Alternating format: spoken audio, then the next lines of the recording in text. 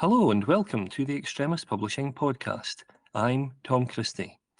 I'm delighted today to be joined by a travel writer who, not content with writing about the beautiful area of the country that he lives in, has actually designed a brand new route of his own, which takes in some of the most scenic areas and the most historic areas of England. And his name is Neil Hallam. Neil, thanks for joining us today. Hello, Tom. Thanks for having me on. Now, this is an astonishing route, Neil, because it takes in some of the most ancient history that England has to offer. And Robin Hood is such an astonishing figure himself. I think only King Arthur is perhaps more historically porous in terms of the many tales of his adventures. What was it attracted you to the project?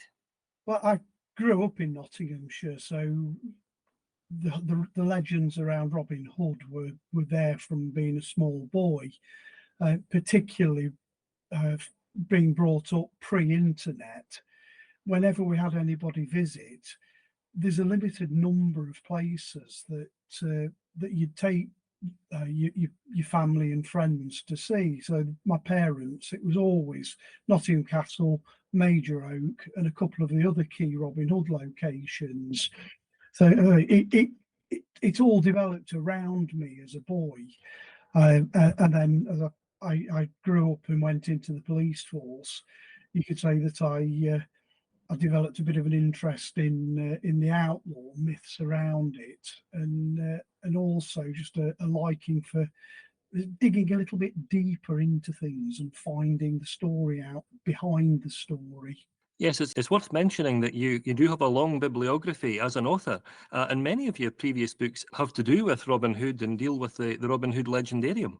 Yeah, so it is a real area of interest. I started writing fiction, and two of my many fiction offerings are based around Robin Hood, where I modernised it rather than being Crusades or Norman Age soldiers.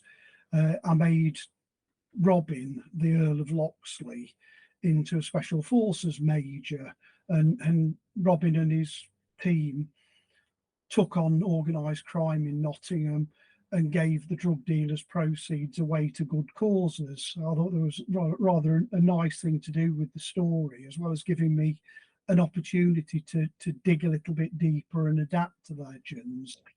And then my other non-fiction Robin Hood offering is the Robin Hood Cycleway. There's an 80+ mile walking route that Nottingham Wayfarers Rambling Club created that starts at Nottingham Castle, goes all the way up through Edwinstowe and to the locations up in the north of the county. But it's a walking route, so there's big elements of it, a footpaths rather than bridleways. And I'm more of a cyclist than I am a walker. So I wanted to find a way of doing it legally. And that's where the Robin Hood Cycleway came from. It broadly follows the Robin Hood Way as much as I can, but where it became illegal to cycle, I plotted an interesting but parallel route. And it was a bit of an interesting coincidence that I'd just finished that project as I met up with you on a writer's seminar, and thought, well, I could convert that cycling idea to a broader travelling option in keeping with the North Coast 500 that you already publish. Yeah, I mean, I'm glad you mentioned that because it was the sheer ambition of your route which astonished me when I first heard about it, because it takes in not only historic Nottinghamshire, but also some of the most beautiful places in the heart of England, like Lincolnshire, Derbyshire, and of course the south of Yorkshire. Because people don't often associate places like Whitby with the Robin Hood legend, but you explain in great detail why these places are significant. Yeah, well, that was the research behind it. When I first floated the concept of a Robin Hood route, I was really thinking more in terms of 200, perhaps 300 miles. I knew the Nottinghamshire-based locations pretty well, and I'd got a vague idea that I might have included Robin Hood's Bay, but it seemed a bit of a stretch to go from Nottinghamshire all the way up to Robin Hood's Bay with nothing in between. But when I started digging, it surprised me that I found the Whitby connection, and the Whitby connection is one of the very legendary arrow shots where the abbot of Whitby is said to have challenged Robin and Little John to fire arrows from the roof of Whitby Abbey, and they landed some distance away in neighbouring fields that became known as Robin Hood's Field and Little John's Field. And there's marker posts there to this day commemorating where the arrows fell. I found medieval burial mounds up on Stoop Brow overlooking Robin Hood's Bay that the legends have got Robin and his men hiding out from the sheriff and using these burial mounds as archery targets. I found that Gisborough in North Yorkshire has got ties to the Sir Guy of Gisborne character that appears in the ballads. And then looping south, Fountains Abbey's got massive connections to Robin Hood, and in particular the story about Robin and Friar Tuck carrying each other across the river. Robin Hood's grave at Kirklees Priory. And then I'd always heard of Robin of Locksley, and I knew that there was a place, Locksley, on the outskirts of Sheffield. But it wasn't until I started digging deeper. There's a marker stone in a wood that the legends have got tying to the birth of somebody that could well be one of many people that sew together to form this Robin Hood legend. Actually, that's probably worth picking up on, because the legends have usually got one foot in the truth with a bit of embellishment. They come from a time when we didn't write down stories. We told them or we sung them, and so things got changed. And I found perhaps 4 real people whose stories parallel parts of the Robin Hood legends as they were told in the historic ballads. But these 4 people stretch over maybe 150 years of time, so they can't all have lived at the same time, or any one of them being Robin Hood. But they all together paint quite an interesting story, and that's what the whole project did for me. I enjoyed the travel, but I really enjoyed digging into those legends and telling the stories. Yeah, I mean, I must say I thoroughly enjoyed reading the painstaking research that you had put into all of these different legends and all of the amazing places that you found along the way. I particularly found interest in the fact that there are 6 separate Robin Hood's graves, but only one for Little John. And Little John's grave has an interesting story attached to it as well. It has, yes. I mean, there's again, if the stories are to be believed, the thigh bone that was unearthed there measures up and scales up to put Little John at something approaching 8 foot tall, which for that sort of historic period is a real giant, not just somebody that's very tall. There's another archery story that goes with that up on the moor above Hathersage, where Little John, his grave's sited. There's a stone called Robin Hood's Stoop, but that's got a parallel name that the local historians found on a postcard of Little John's flight. And the legend there is that that either Robin or Little John stood at Robin Hood's Stoop and fired an arrow, landing in Hathersage churchyard where Little John's grave is. And that story parallels very nicely with the Kirklees Priory story of Robin lying on his deathbed, firing an arrow out the window and wanting to be buried where the arrow fell. Yes, because I really admired that aspect of your book that makes the past and the present collide, where you talk about famous places like Sherwood Forest and Nottingham Castle that you mentioned earlier, but you also talk about places like Robin Hood Primary School and the connection that they have to the Robin Hood legend, which is a nice way of bringing it into the present day. Yeah, that was a really nice one, because the kids' education's benefiting from it. This was in Locksley, the village that's now something of a suburb on the edge of Sheffield. And the one of the primary school teachers was a bit of an amateur historian and Robin Hood fan, and he kept digging and researching, and he found a very real person who had lived in Loxley village. He'd been outlawed as a result of it's actually an agricultural death. His stepfather died in an accident on the family farm. Robert got the blame for it and went on the run and was formally outlawed under the processes there. He did eventually get a pardon. But that's one of the several characters I mentioned that form these historic legends. And the primary school teacher found that a patch of woodland owned by Loxley Primary School is thought to be where Robert Loxley's house was set. And there's a marker stone marked with a crucifix that was put there historically, supposedly to mark this place where his house was once set. It was a very interesting move on. After he was pardoned, we get several generations on, and a member of the family married into the line, which is the Earls of Huntingdon.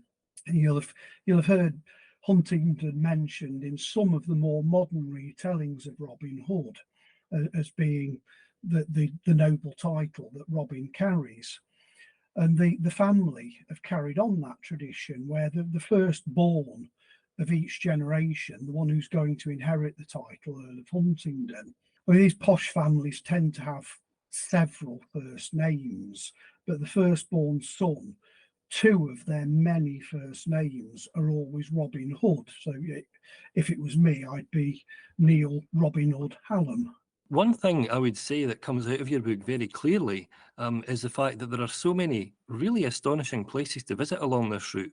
It's a kind of road trip that people will want to take their time to really get the most out of it and to find all of these really fascinating nooks and crannies, some of them historical, some of them cultural, that you've pinpointed along the way. How long do you think the average person should take if they want to explore the Robin Hood 500 route for themselves? Really, it's up to what you want out of it. I'm quite a keen motorcyclist. I know people who would just jump on the motorbike and do the whole 500 miles in a day because they'd find it a challenge. That I don't recommend because you'd miss out on so much of the story around the route. I think if you were going to treat it the way that Scotland's North Coast 500 is treated, it's 5 to 7 days of moving on, stopping, exploring a location, moving on again, eventually finding somewhere to stay for the evening. But the big difference between the Robin Hood 500 and Scotland's North Coast 500 is you haven't got that drive north to Inverness. It's in the middle of the country. So you can pick at it the way that I did to research it. I've to this day, I haven't driven the whole thing in one section. I live in the centre of it, so I go out and I have 1 or 2 nights out, and then I come home, and then I set off in a different area of it. So I suppose again, it's what you want. You could do it in a day, you could do it in a week, or you could do it in several sets of 1, 2, or 3 days. And it really is a route that has something for everyone. I mean, I know that we've touched on the historical and the cultural aspects, but there are literary connections as well. There are lots of places that have been used as filming locations. I mean, it really does, I think, attract a really broad range of interests. I hope so, because that's really what attracted me to the project in the first place. I mean, you've mentioned literary connections. The Brontes are probably the main one because they pop up almost everywhere. This stuff around Scarborough and Whitby and the North Yorkshire coast, at Kirklees Priory, where Robin Hood's grave is, the village on the next estate is where the Brontes' father and mother first met and ran the local church. The story I told you about Hathersage and Robin Hood's stoop, there's a a historic manor house there, Hilo Hall, that's linked to the Eyre family, whose name was borrowed for Jane Eyre.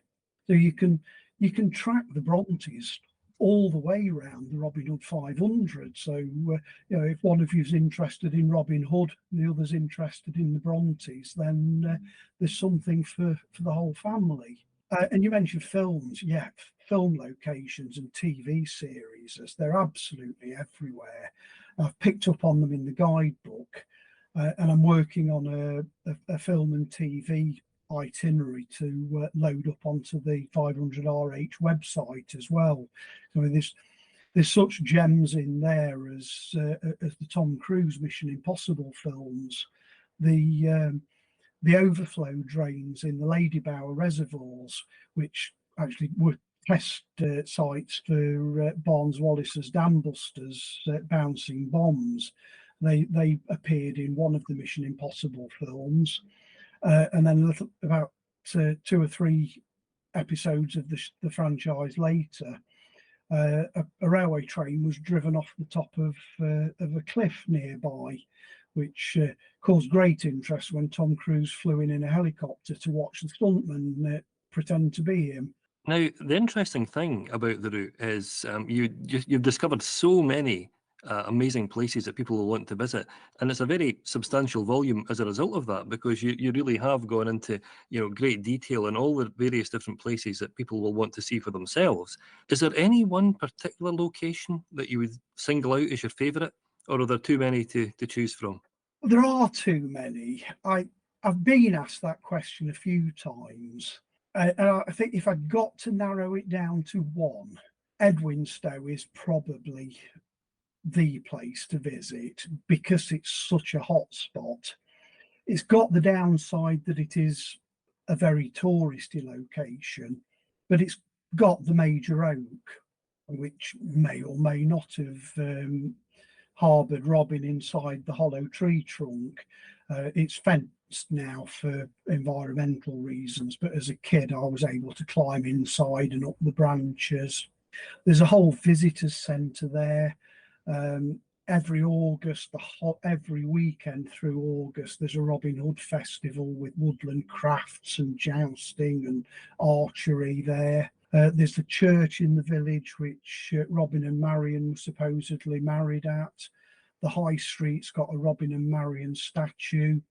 And then you don't have to travel far out from there to pick up other more widespread highlights, like King John's Palace, where Robin supposedly rescued hostages from Prince John. Cresswell Crags, a prehistoric site, it's got a cave there called Robin Hood's Cave, which was supposedly where he moved the hostages to. So yeah, that whole Edwinstowe area is probably the one if you're only going to visit one. But the North Yorkshire coast's beautiful too. Robin Hood's Bay is stunning. The prehistoric burial mounds I mentioned up on Stoop Brow, there's several variations of really lovely walks around there that I spent my time doing when I was planning the route. And then Whitby too, where the archery shot came from. Lovely village, and all that's within 5 or 6 miles of each other.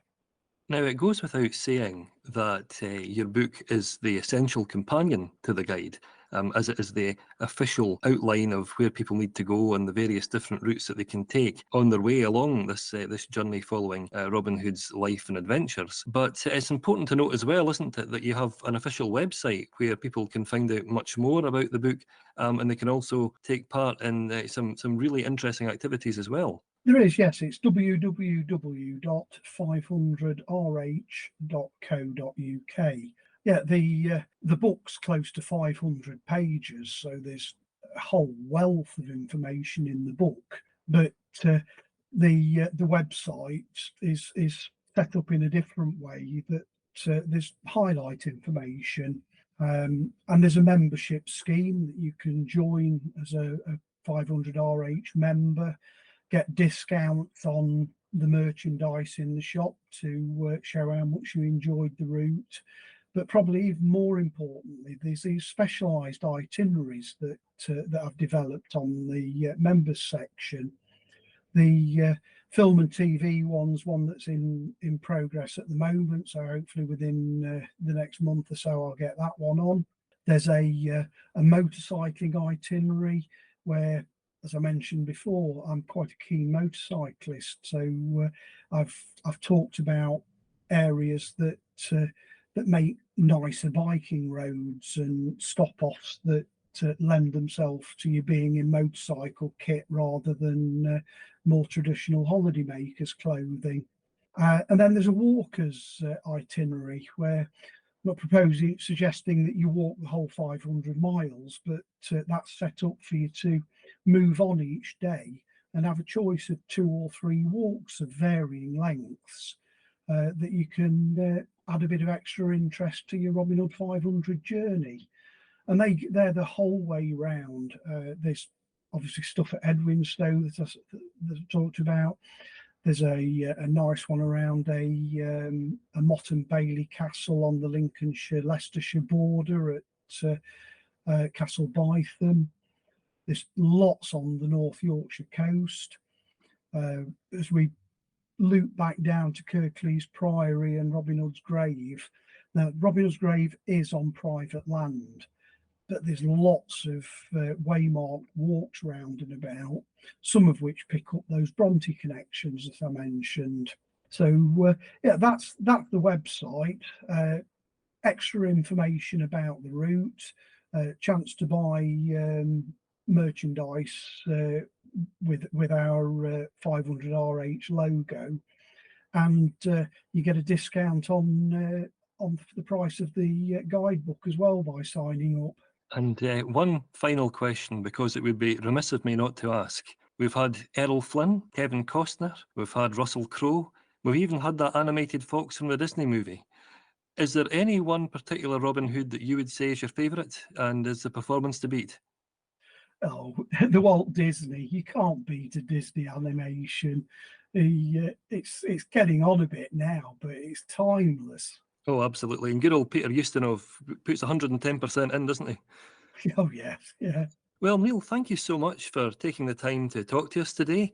I've been absolutely fascinated to find out more about the Robin Hood 500 route, and I'm sure that people who are listening to the podcast will want to find out more about it themselves, get a hold of your book, and hopefully plan their own travels. Thank you. Yeah, thanks for having me on your podcast, and let's hope we attract a few more people to the whole experience of the Robin Hood 500. The Robin Hood 500 route by Neil Hallam is available to buy from all good online retailers and independent booksellers worldwide. Thank you, Neil, for having joined us today, and thanks everyone out there for listening. I hope that you'll tune in again soon.